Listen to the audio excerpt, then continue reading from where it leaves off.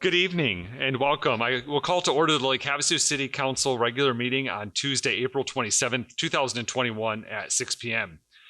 Members of the public can participate in in person to our meetings, or they can watch it live on Channel 4 or at lhcaz.gov/TV.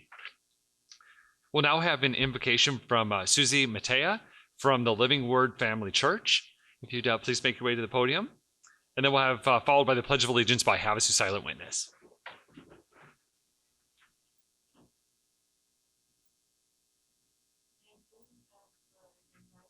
Could you just hit the yes. Okay. Thank you. Thank you. It's an honor to be here. Lord, we come to you in the name of Jesus, and we thank you, Father, for this gathering together. I thank you, Father, for wisdom and discernment in all decisions that need to be made.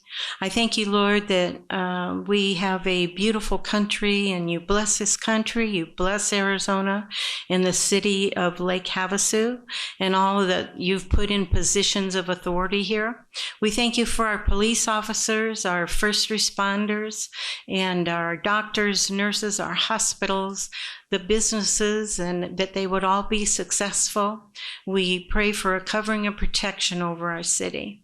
And we thank you, Father, that as everyone comes together tonight, that there is always unity and peace in our city. In Jesus' name I pray, amen. Thank you. And we'll now have the Pledge of Allegiance from the Havasu Silent Witness. Ready? I pledge allegiance to the flag of the United States of America and to the republic for which it stands, one nation, under God, indivisible, with liberty and justice for all. Hello, good evening. I'm Steve Irwin, and I'm the chairman of the Silent Witness program. And I want to introduce this fabulous team. I'm so blessed to have these folks as they do everything. Deb, Pat, Jean, get that wrong, all that, and Donna. That's why then I'm supposed to go sit down so they can do the rest. Thanks, Steve. I'm the co-chair. I'm the co-chair for Havasu Silent Witness, and we're really pleased to be in front of you today.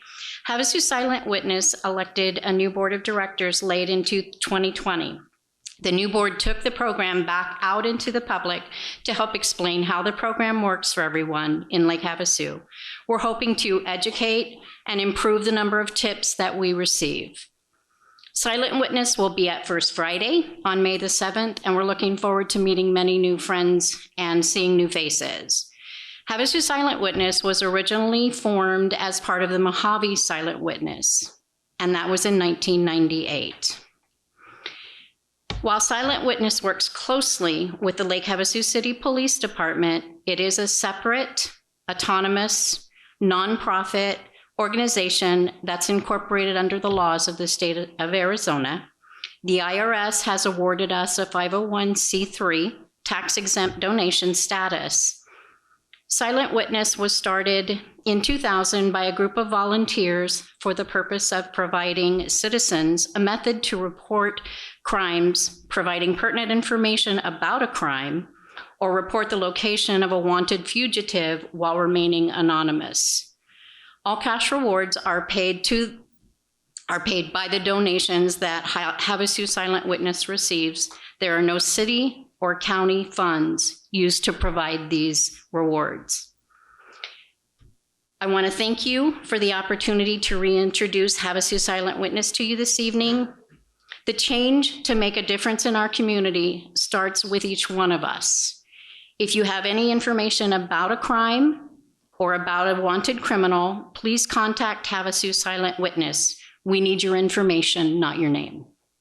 I wanted to share with you, since we sort of revamped the group in late 2020, we are now in front of the public with different events. And so thanks to Deb and the team for the pop-ups and all of the handouts, which include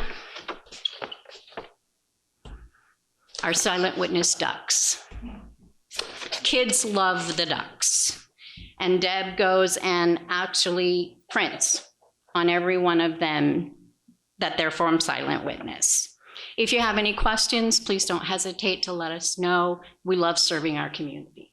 Excellent. Thank you. Thank you for being here, and thank you for the great work you do for our community and to all of the volunteers.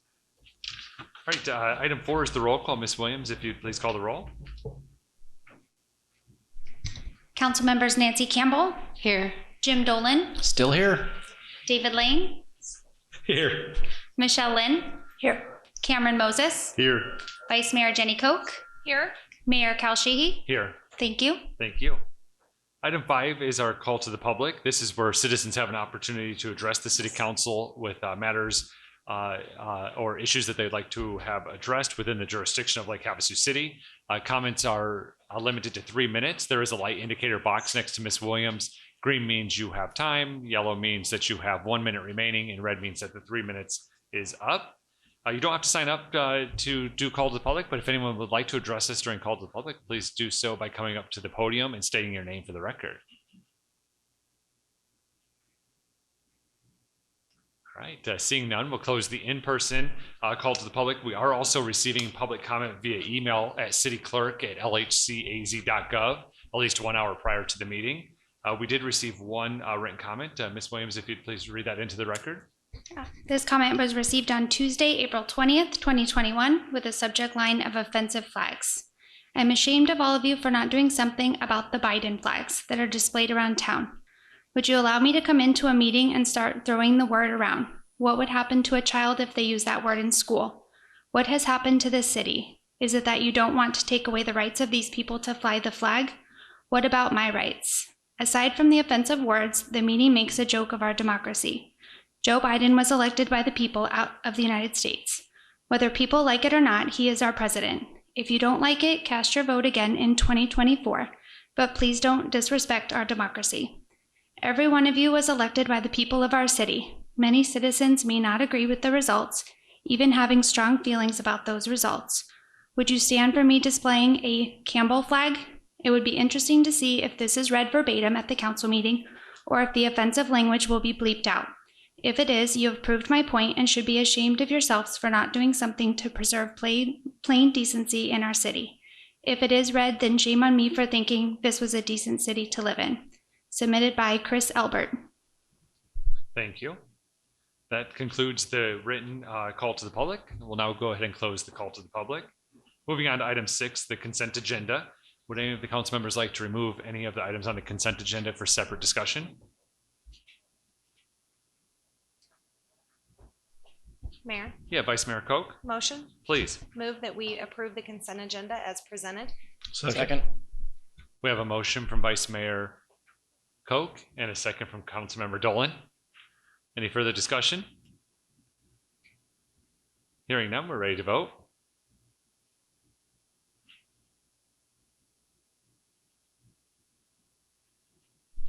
Motion carries 7-0.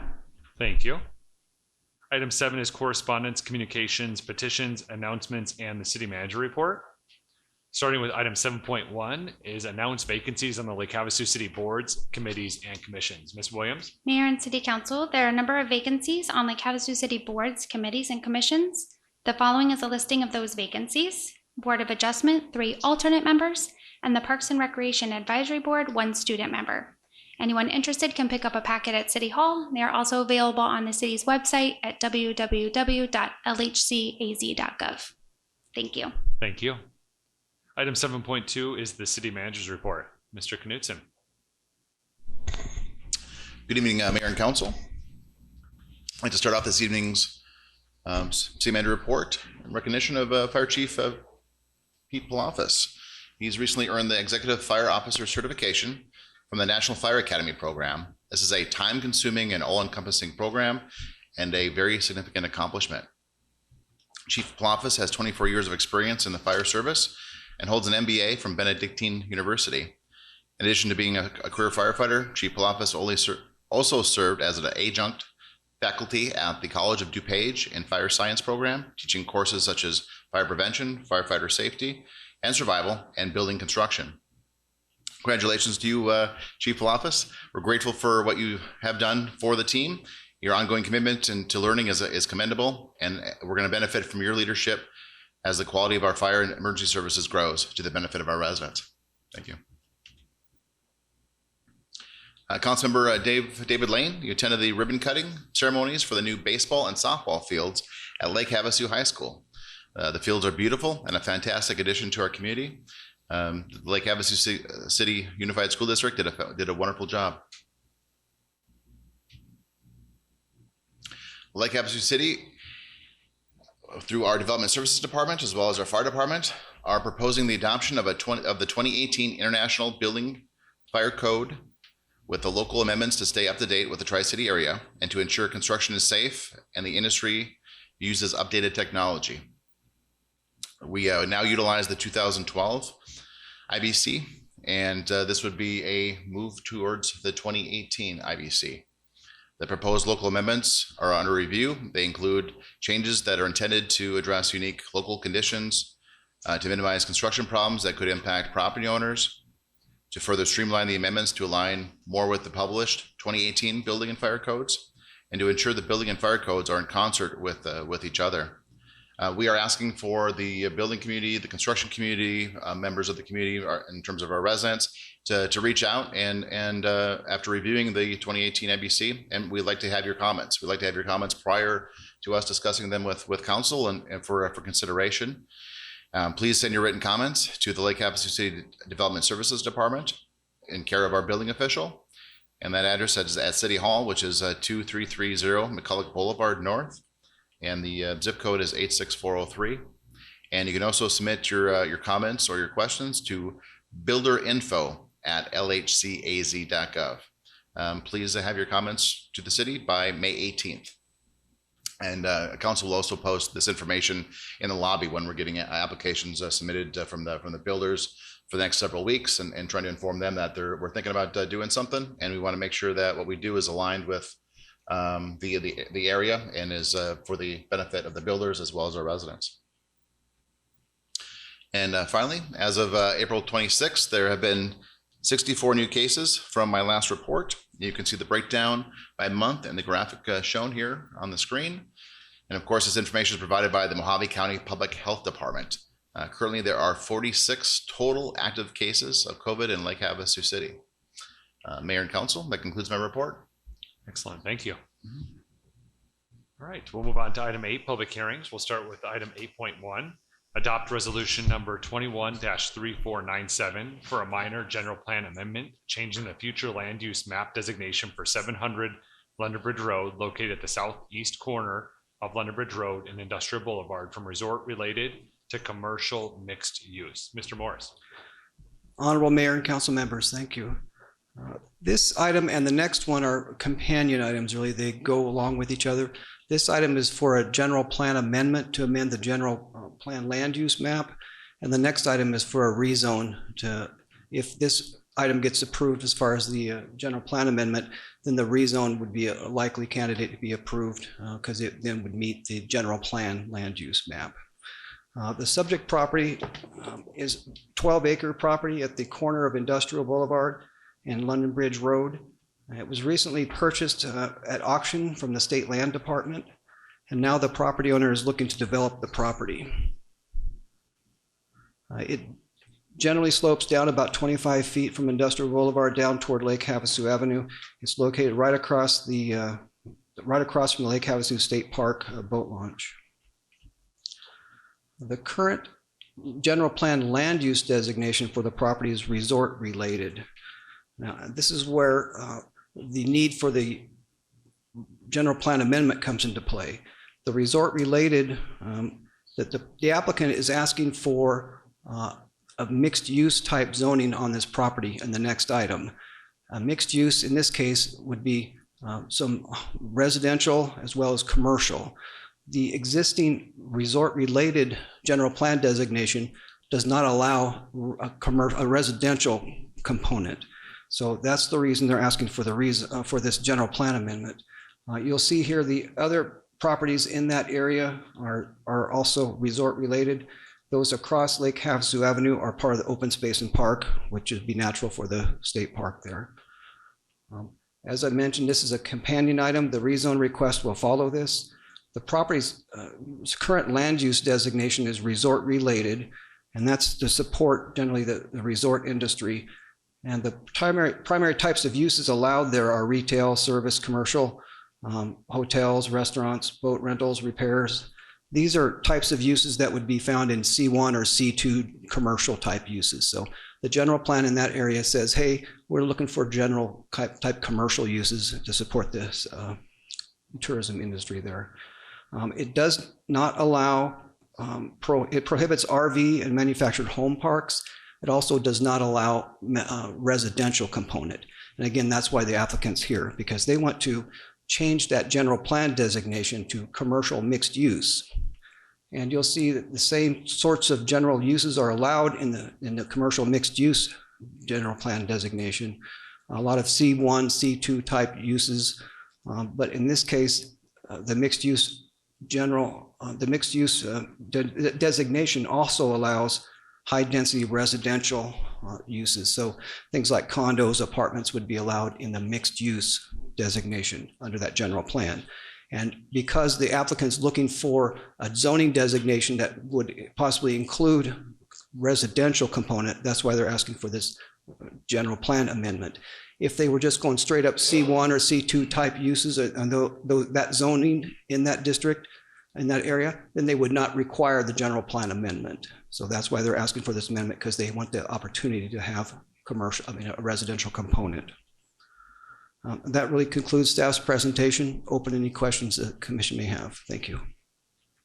Yeah, thank you, Mr. Morris. Looking at the future land use map that you presented, it would appear to me that you might not have this information. So I'm sorry to throw this curveball at you, but it just came to me when I'm looking at this map. Kingsview is a residential complex that looks like it's in resort related, according to this land use map. Why is that any different than? Kingsview is down here in the southern part of the area. Yes. That's a good question. Kingsview may have been developed as initially, I'm not sure if it was developed initially as a sort of a short-term thing. I don't really have an answer for that at this point. It could be that it was grandfathered in. It may have been in place before this general plan was redeveloped or changed. I frankly don't have a good answer for you there. I must apologize. Yeah. Ms. Gary, would you have any information on that? I don't have the specific answer, but I agree with Luca. It's probably a legal non-conforming use and it existed prior to that designation being granted to it. Okay. All right. Are there any questions of Mr. Morris from members of the council?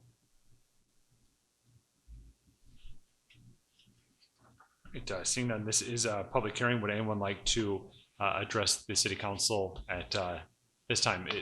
Yeah, Mr. Gordon.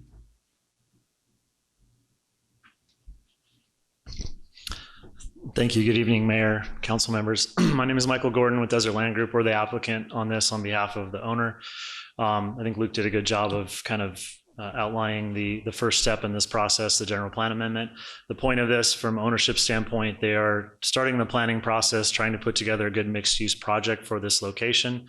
They know the high profile nature of this location, between the traffic of the state park, Industrial Boulevard, the boating activity that's in that area. They're looking at a mix of uses on the site, from a C-store site to a hotel to a restaurant, some residential, and potentially mixed in with some residential industrial flex storage type component. When you look at the uses that are there, the retail that's across the street, the C-store that's across the street, some of the marine related retail that's there, they're looking at something that kind of supports all of that. The hotel would be a good component in this area. Whether another C-store is viable in the area is something that the market will ultimately, dictate. But the request for the mixed use in this particular land use designation is to allow for that flexibility and the ability to create that mix of uses on this site. Happy to answer any questions that you may have at this time. Are there any questions of the applicant? Councilmember Lane? If I may, thank you. Good evening, Mr. Gordon. Good evening. So I'm having a hard time wrapping my head around it, this particular project. This property's been vacant for a long time because it's been part of state trust lands. Correct. And it's right in an industrial, bless you, it's right in an industrial area and commercial area. But the applicant bought this property the first time it came up for option and wants to turn it into a residential area, which doesn't make sense to me to buy a prime piece of property like that in an industrial commercial area and try to turn it into a residential. I'm having a hard time wrapping my head around that. The intent isn't to turn the whole thing into a residential community of any sort, but to allow for the residential component within the mixed use project.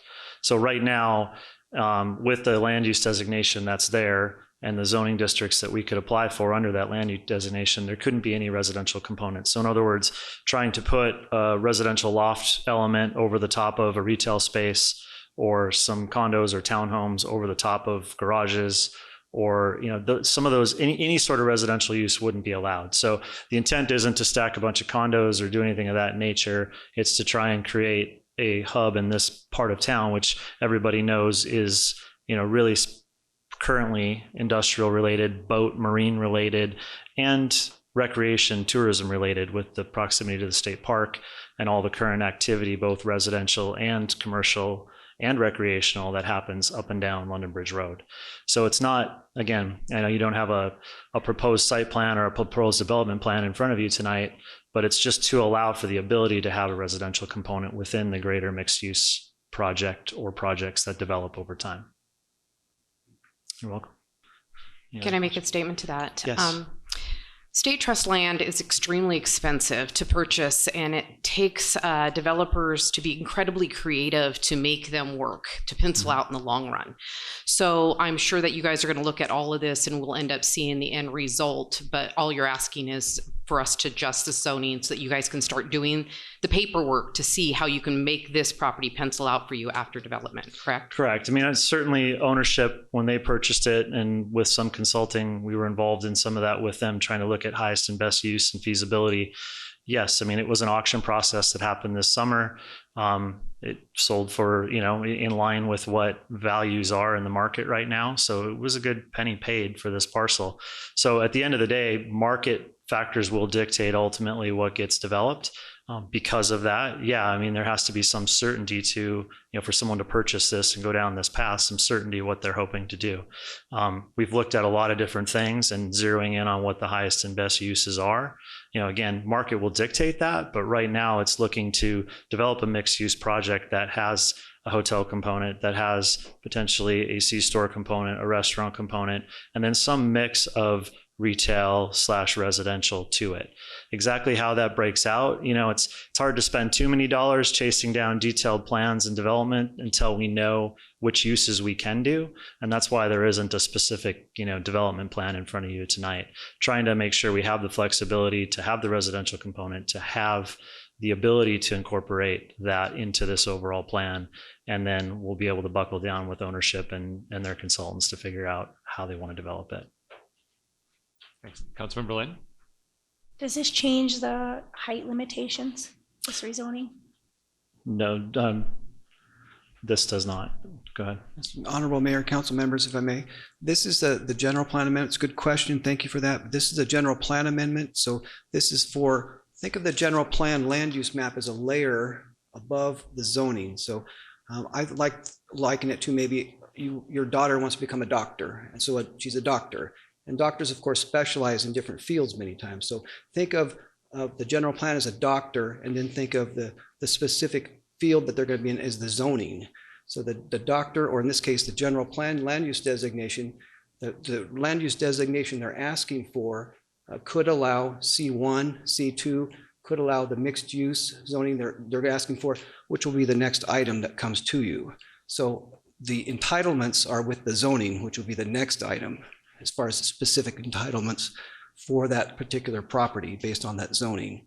So this is a layer above that general plan land use designation. So in this case, there are no specific details on what development standards are for this specific general plan land use designation. Hope that helps.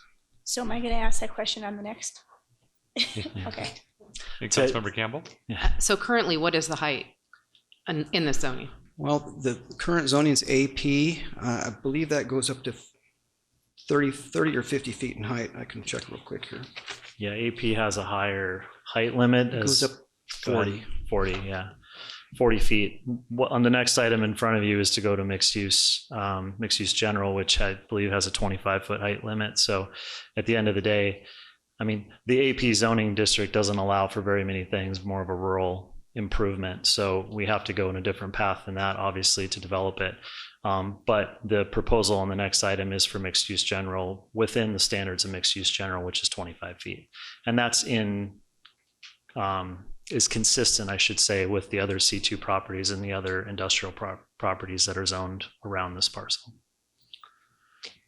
I own a lot of residential homes within this area as well. Why they're plugged in there, I don't know. And we buy them for our to rent to our employees. And this is a really good area to actually infiltrate some residential as far as I'm concerned, because you have a lot of jobs right in this corner, and a lot of people like to walk to work, and that's why we purchased. And it's strange because right next to all this industrial, we'll have these little tiny homes all in there, but they have worked really well for us who are going to be driving by that all the time. Absolutely. Yeah. Thank you. Any other questions, comments, or thoughts for the applicant? Mr. Mayor? Yeah, Councilmember Dolan? I'll weigh in since I'm one of the neighbors, even though he keeps throwing around the word C-store. I think it's ridiculous. No. We're only open 11 hours a day, but okay. No, it's a great piece of property. It really is. And I like the zoning change because I think I like the residential side of it. I mean, if you look at this map, we do see a little bit of residential down there with the trailer, the mobile park there. But even further up the map and down the map, it's pretty much, then you get the condos there on the water. And so, I mean, it is a great view for residential. I guess my biggest concern is, it's a typical Havasu lot. We're going to break it up. We're going to split it up. We're going to throw some storage units on it. And 5 years from now, we're going to be like, we really need a lot. Well, we broke it down and we sold it in little pieces, and now we don't have, it really is a great lot. So I would really like to see a great project go in there. I mean, like I said, I know we're talking about storage units with lofts above it, but I think you pay, highest and best use is the view is right there, have it for sure. Storage underneath, but have a house above it that, a nice place. Cause it really is a great view. And I don't think it's pigeonholed into just the industrial part of town, because like I said, you do have condos down the street. And so, like I said, I'm a neighbor. I went to one of the meetings. I like the fact that this gives us the option for the residential, if it's something that they want to put in the future. So, right. Yeah. And I understand the concern over storage. And I mean, at the end of the day, without a development plan or a plan development in place, there's, no guarantee on what's going to get built there. Back to the, feasibility side of it and what they paid for the land and the highest and best use would tell you that just putting storage on there is not the highest and best use in a location like this. I mean, at the end of the day, whether a C-store is viable in the market, I don't know. The market will dictate that to us ultimately as time goes on. But some of those other uses, a restaurant in that location with that much traffic and the tourism and the people that live there and the businesses that are there, very, very viable. And from a value standpoint, extremely valuable to locate on the corner or in one of the locations within the site. The hotel, same thing, potentially very valuable in the marketplace right now. And same with some residential. So that mix, I really think the market will dictate a mix in some capacity. And it's just hard on a piece this size to really know. And we've all been down this path in this town of approving a plan development with pretty pictures, and then it never happens and it ends up getting abandoned and things change. And that's one of the items we're talking about later tonight. So, that's the catch-22 with, requiring a plan, and then maybe it's not feasible and maybe it never happens anyway. And then we're back, cutting it up in the future. So anyway, that's, like I said, it's a great location, but it's also the view. The restaurant and the hotel side of it is the view side of it. It's a great location, but it's also, you get the view of the lake and unobstructed. And so. Right. Exactly. And that's, all those things, the view is going to add to the value of all of those components, whether it's a hotel, whether it's a residential loft of some sort on top of something else. or a restaurant. I mean, the view is going to add to that value and make that appealing for a lot of people to look at. We've had interest in different things from different people during this process. Once ownership purchased this property and the public started to hear that this was potentially going to happen, we've had a lot of things thrown at the ownership group. So again, trying to take all that in and come up with a land plan that makes sense and what's highest and best use in the market is really where we're at. And we can't know that for sure unless we know what our limitations are from a zoning and use standpoint. How did they respond to you in the neighborhood? Were they acceptable, or did you get any pushback? Or I mean, other than the other neighbor. than him? Yeah. No, we had, I think we spoke with 3 different folks, one of which owned one of the storage facilities next door. Obviously, a mix of uses like this is a benefit to them. One of which owned one of the industrial buildings like a street over. Same thing, like the idea of more uses coming to that part of town rather than just the boating and just the, you know, the marine related stuff. You know, Jim, I think is, I mean, we'll let him speak for himself, but you know, again, other than the unknowns that he just voiced, I think really was the concern there. So other than that, really no negative comments, and just I think positive in terms of getting something else going to help bolster that area other than just the state park that drives all the traffic right now. Are there any other questions? All right, thank you, Mr. Gordon. Thank you. Would anyone else like to address the City Council on this matter? Seeing none, we'll close the in-person call to the public, and we did not receive any written comments on this item. Bring it back to council for discussion or a motion. And again, we're here for a minor general plan amendment for this particular area. There will be a companion item following. This is coming at a recommendation from the Planning and Zoning Commission, 7-0 in favor of this. Any final comments or a motion? Councilmember Campbell? Motion. I move to adopt resolution number 21-3497, changing the future land use map designation to for 700 London Bridge Road, located at the southeast corner of London Bridge Road and Industrial Boulevard, for resort related to commercial mixed use. Second. We have a motion from Councilmember Campbell and a second from Councilmember Dolan. Is there any further discussion? Seeing none, we're ready to vote.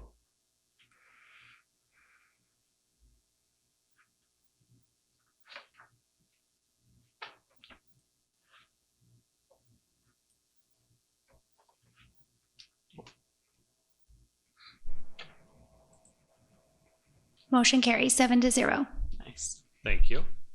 Moving on to item 8.2 is adopt ordinance number 21-1253, amending the zoning classification and district boundary for 700 London Bridge Road, located at the southeast corner of London Bridge Road and Industrial Boulevard, from agricultural AP district to mixed use general district. Mr. Morris.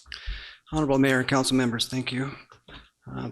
This subject property, as we described earlier, is about 12 acres at the corner of Industrial Boulevard and London Bridge Road at that southeast corner, right across from the Lake Havasu State Park boat launch.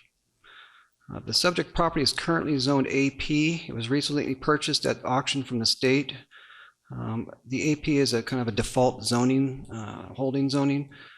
You'll see that the properties around are C2 to the east and northeast, and then to the north and northwest, it's zone C2 planned development, and then of course AP or agricultural preserve along the shoreline in the Lake Havasu State Park.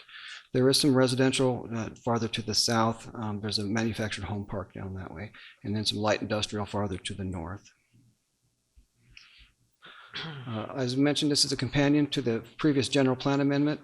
The owner applicant has discussed some development plans with staff. They have generally included some sort of residential component. Thus, the required mixed-use general zoning would allow the commercial and residential component, and that then prompted the previous general plan amendment to allow this zoning. So, since you did approve the general plan amendment, this sort of use would be appropriate. Mixed-use commercial use would be allowed in that general plan amendment, and so the proposed zoning is appropriate for that general plan amendment. General plan land use designation. And the Planning and Zoning Commission did recommend approval of this item by a vote of 7-0. That concludes staff's presentation. Wait, it does not. I'm sorry. I have one more slide for you. If it is rezoned, Then, of course, it'd be permitted all the uses in the mixed-use general district. The developer doesn't have a specific development plan or anything at this point. He has had some sort of ideas that he's presented to staff. They will, of course, they required the mixed-use general land use designation. It would need to go through design review and make sure it has all the appropriate building code, building review, fire review, public works, that sort of thing. The mixed-use general district that they're asking for allows a range of commercial uses as well as multiple family uses such as apartments and condominiums. And as I mentioned, the Planning Commission recommended approval by a vote of 7-0. Now I'm done with my staff presentation. Open any questions. Thank you. Thank you. Any questions of council? All right, just because folks can go to, or Councilmember Lynn, are you going to ask your height question? No. Okay. Well, just people can go on our website and go directly to an agenda item specific to that. So just let's clarify that height question real quick. Councilmember Lynn asked a question. So this zoning use would be decreasing the height availability. It's AP is 40 feet currently. If this rezone is successful by vote of council tonight, it's at 25 is what I believe I heard in the last item. Well, the mixed use general, you're correct. The mixed use general, actually it would be a decrease because the mixed use general allows up to 30 feet in height. So it would be decreased by 10 feet from 40 to 30. Excellent. Excuse me, Mayor. I'm sorry. I just looked it up really quick on the website and it's 30 for each. Oh. So unless something is different. So the height remains the same. max height for both AP and MUG is 30 feet. Okay. My table shows it's the same. Yeah, it's still neutral regardless of where that stands. So we'll investigate that in the tables and make sure we have it. Thank you. All right. Any questions or comments? The applicant, Mr. Gordon, do you have any comments on this item? Okay. Doesn't look like it. We'll go ahead and open the public hearing. Would anyone like to address the city council on this matter? Seeing none, we'll close the in-person call to the public, and we did not receive any written comments on this item, so we'll bring it back to council for any additional discussion or motion. Mr. Mayor, Councilmember Dolan, motion. please. I move to adopt ordinance number 21-1253, approving amending the zoning classification and district boundary for 700 London Bridge Road from agricultural preservation district to mixed use general district. Second. We have a motion from Councilmember Dolan and a second from Councilmember Campbell. Is there any further discussion? Seeing none, we're ready to vote.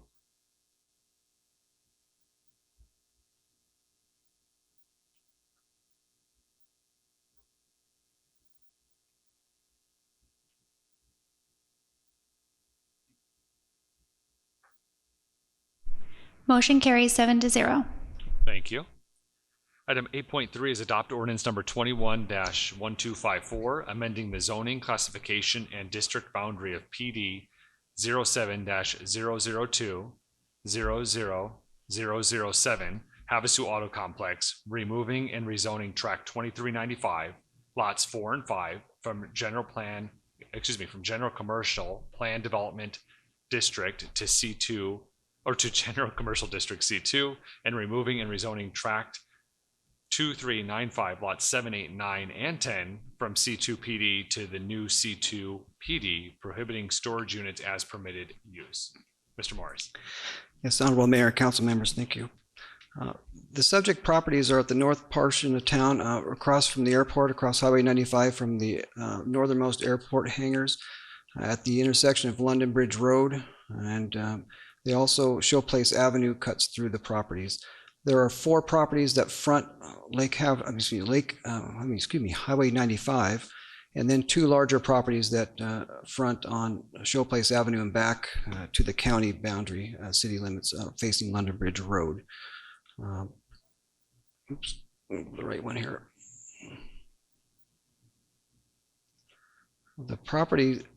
The current zoning for the properties is all C2 planned development. Back in 2007, there was a master plan for an auto mall and some restaurant outline parcels for this property. It included all the properties from London Bridge Road south to the current Anderson Toyota and McDonald's. All that area was part of a planned development. The current zoning is still planned development. And then across the highway, of course, the airport, To the west is London Bridge Road and the county boundary. When the property was originally developed for the planned development in 2007, there were the 12 lots. Originally, most of them were set aside as car dealerships.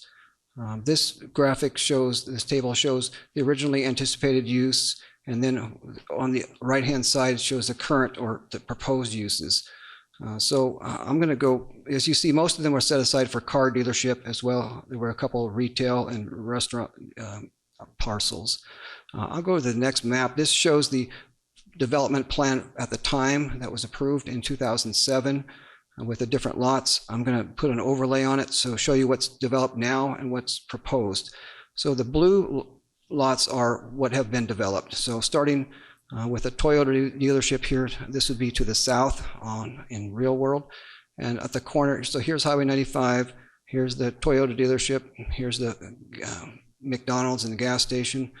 And then going north in real world, these are lots 4 and 5, larger 6-lot parcels. They're each 6-acre parcels. They're asking to rezone those from the car dealership lot layout. This is the development plan that was approved with that plan development. So anything that goes in here basically needs to be very close to what this development plan shows when it's developed.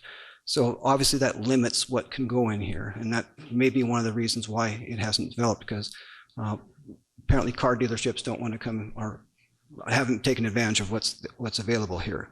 So what has happened is the Toyota dealership went in, the McDonald's went in with the gas station, lots 6, 11, and 12 at this other corner have been developed as storage units that was approved plan development in 2017. Now, the remaining pieces of the plan development include these lots 4 and 5, and those are the 2 subject properties that would be asking to be rezoned to straight up C2 with any uses that are allowed in the C2 development. Get rid of this plan development for it and just go straight up C2.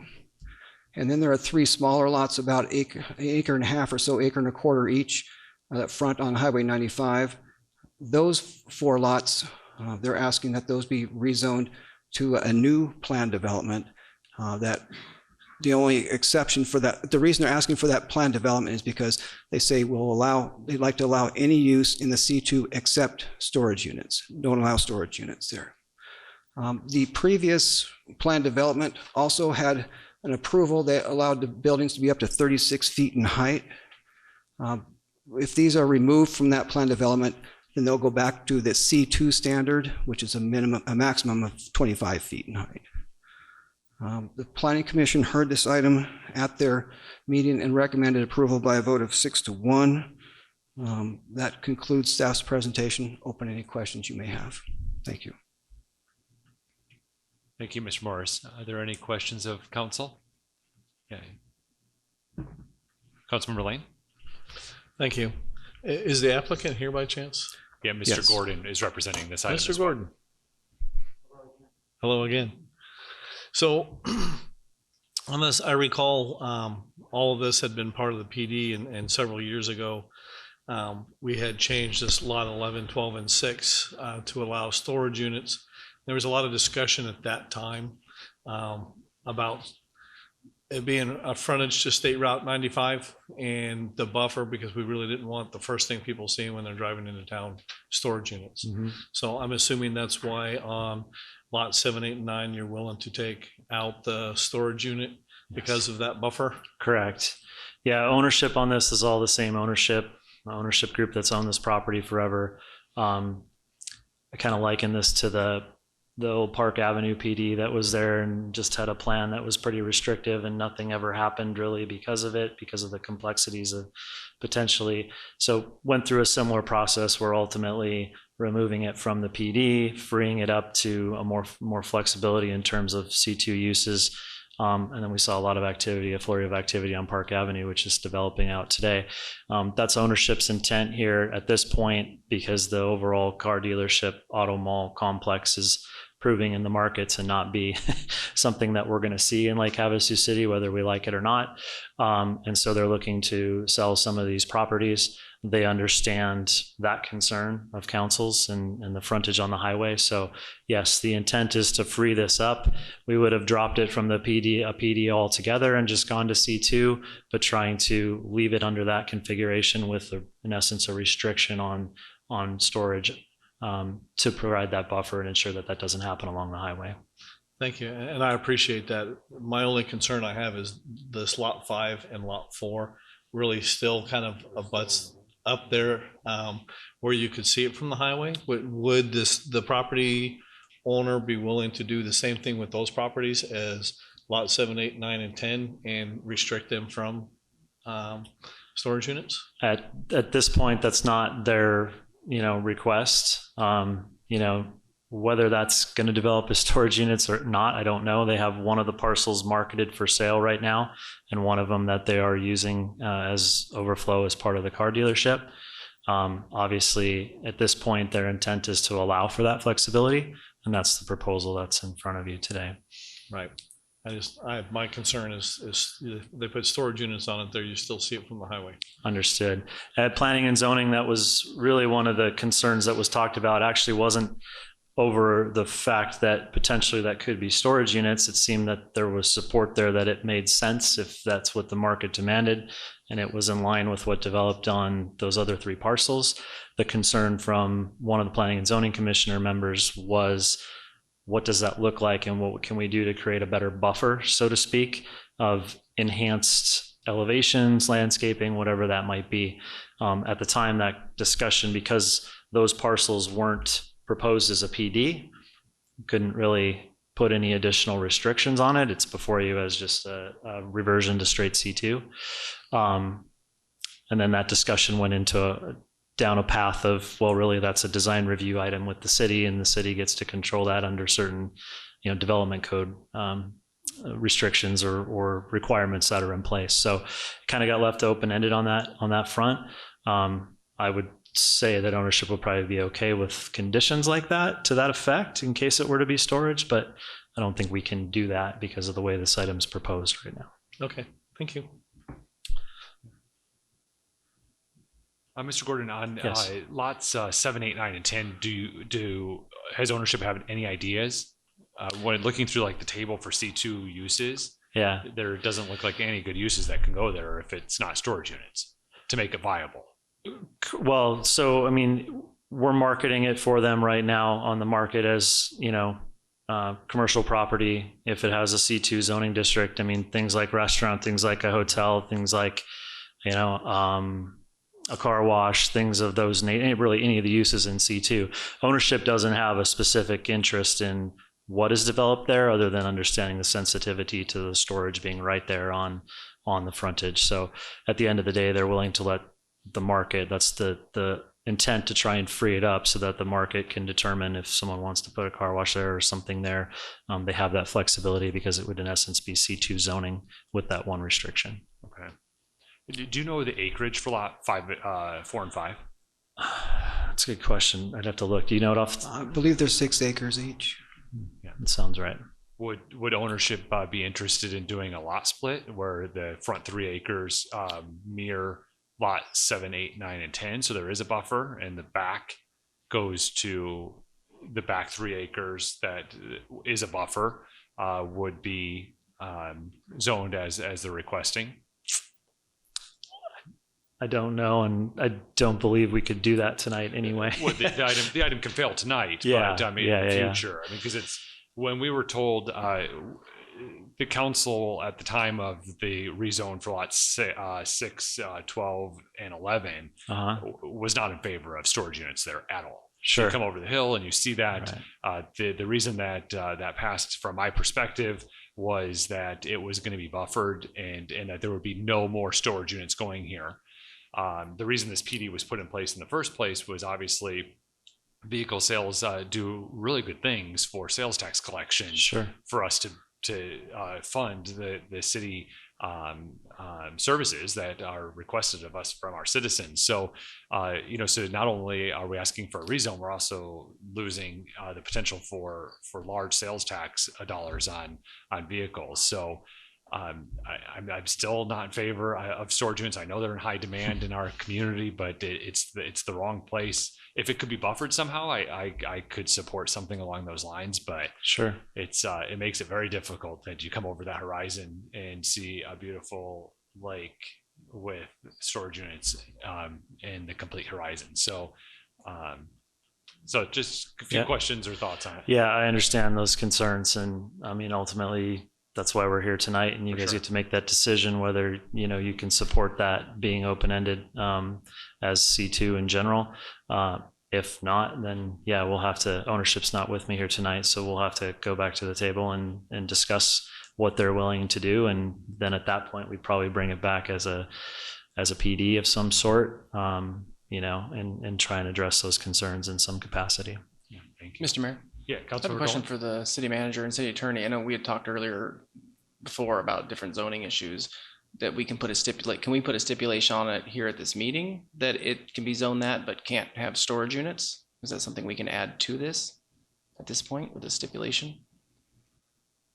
Not with respect to the rezone to lots 4 and 5, because they are asking those to be rezoned to C2 straight without a planned development. So by doing that, you're putting a condition on something that's being zoned to C2. It would be impossible for us to track or look that up. So the best method is, if we're going to put some condition on it or restrict some use of it, it's a planned development. It needs to go through the planned development process. Okay.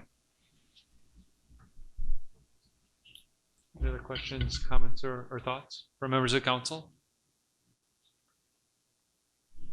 I'm kind of with you on that too. I like the idea of lots 7, 8, 9, and 10, as C2 PD, but 4 and 5 does give us that, the possibility of full storage units there. And I think when you put storage units in, you maximize every inch of the property. So that would be a concern I have approving it the way it is now. So.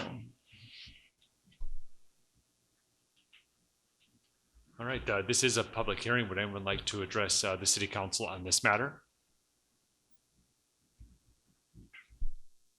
Seeing none, we'll close the public hearing. Mr. Gordon, do you have any final thoughts or comments? I'm just kind of thinking, I can tell where things are going, so happy to get any other feedback you have. I understand what the concerns are. I think, is this one motion? Is this 2 motions? How is this structured tonight? I believe that it's one motion. Is it one motion or 2 separate motions? They could break it out, I presume. Yeah, I'm okay not. Like, I would prefer if this is going to fail, then we'll go back and probably present the whole thing, both 7, 8, 9, and 10, and 4 and 5 as a new PD and work on what those restrictions are. I prefer that as well. I mean, I prefer that if it's the will of the council to not approve both of the items on all of the lots presented, that go rework it with ownership, maybe from the feedback that you received today, and then come back through that process. Yeah, we can do that and look at that. And I would just state that, if that's 12 acres in total, it's really about the same size as the piece we just talked about before. So, that's part of the deal. It's a big piece to deal with. So it does warrant the ability to break out into different pieces. And whether that's done as separate parcels buffering the highway or a combination with architectural and landscape buffer elements. I mean, there's a number of things. I mean, I can think of off the top of my head that we could try and do. So we'll see how you guys vote. And if that's the case, we'll probably go back to the drawing board and bring something else forward, probably work with staff and some of you in between and make sure we're going down the right path. Excellent. Thank you. Thank you. All right, we have closed the public hearing, the in-person public hearing. We also are accepting public comments via email to the city clerk at lhcaz.gov an hour prior to the hearing. We have not received any on this item. Bring it back to council for any final discussions or possible motion. Mayor, Vice Mayor, just a final comment. Thinking back to this meeting when we did this originally, the big concern with the council at the time, as well as the public, was the perception of all of the storage units. And it's just once you start, it's so hard to stop. And having the lots in front of the lot 6 and 11 and lot 12 there, those lots in the front with the no storage units, really a big buffer. But these other ones, that's a lot of frontage to the highway. So just a big concern. Thank you. Ms. Gary, would, if there's not a motion from a member of the council, does it fail for lack of motion, or would the motion be to disapprove the suggested motion? Either way, if there's no motion, then there's no motion and it fails. The item will fail due to lack of motion. Okay. Or if someone would like to make a motion to disapprove the request, that's another option as well. And then, of course, the third one is to make this a suggested motion to approve it if that is the will of a member of the council. Great. All right. Any council member wanting to make a motion? All right. Seeing none, the item fails, and then we'll see you. We'll see you in front of us again at a future date. Yeah. Thank you. All right, moving on to item 8.4 is approve cooperative purchasing agreement using City of Mesa, Arizona cooperative contract with JP Morgan Chase Bank, NA for banking services from May 1st, 2021 through December 31st, 2024. Ms. Olson. Good evening. This item is staff seeking council approval on the cooperative purchasing agreement using the City of Mesa's agreement with JP Morgan Chase for a banking relationship or banking services agreement. The city currently has a banking relationship with JP Morgan. This would allow us to have a new one that would give us almost 4 years worth of banking services before we would need to go back out or possibly do another extension. So the cost for this entire term is about estimated at $240,000. It's 3 years and 8 months, I believe. So the price is reasonable. And based upon our previous contract from 2011, it's only an increase in services of about 3.5%. So very reasonable considering 10 years has passed. So staff would be happy to answer any questions. Great, thank you. Are there any questions of Ms. Olson?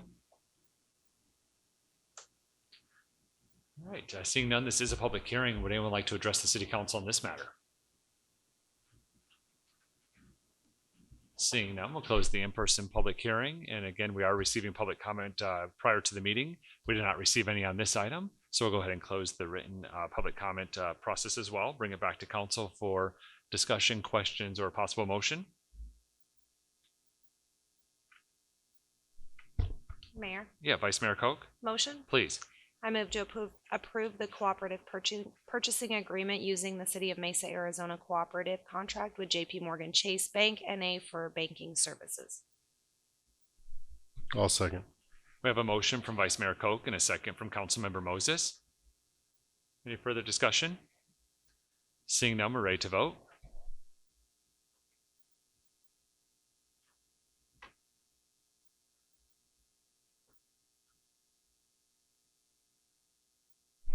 Motion carries 6-1. Thank you. Thank you, Ms. Olson. Mayor, before you leave the public hearings, I'm sorry, back on 8.2, I was mistaken about the Agriculture Preservation District. I apologize, I read the wrong line. It is 40 feet for the AP District and 30 feet for the Mixed Use General. I apologize for my mistake. I want to make sure that the correct information was presented and on the record. I don't think that changes anybody's vote, but if you wanted to go back to 8.2, we could go back and do a motion to reconsider. Thank you, and I apologize again. Yeah, thank you. Is everyone's comfortable with item 8.2? So the net effect is 10 feet less, which that's always a good thing in Lake Havasu. So, all right, perfect. All right, item 9. Any council committee reports? No. All right. Item 10 is our future meetings. Our next meeting will be on Tuesday, May 11th, 2021 at 6 p.m. It's a regular meeting. And then on Thursday, May 13th, 2021 at 9 a.m., we'll have our budget work session. And then on Tuesday, May 25th, 2021 at 6 p.m. is a regular meeting. Are there any future discussion items? All right, item 12, I'll entertain a motion to adjourn. We have a motion from Councilmember Lane and a second from Vice Mayor Koch. All those in favor? Oh, actually, we're adjourned at that point. Yeah, it's been 2 meetings in a row and I get lost. Good to see everyone. Thank you for being here. We are adjourned.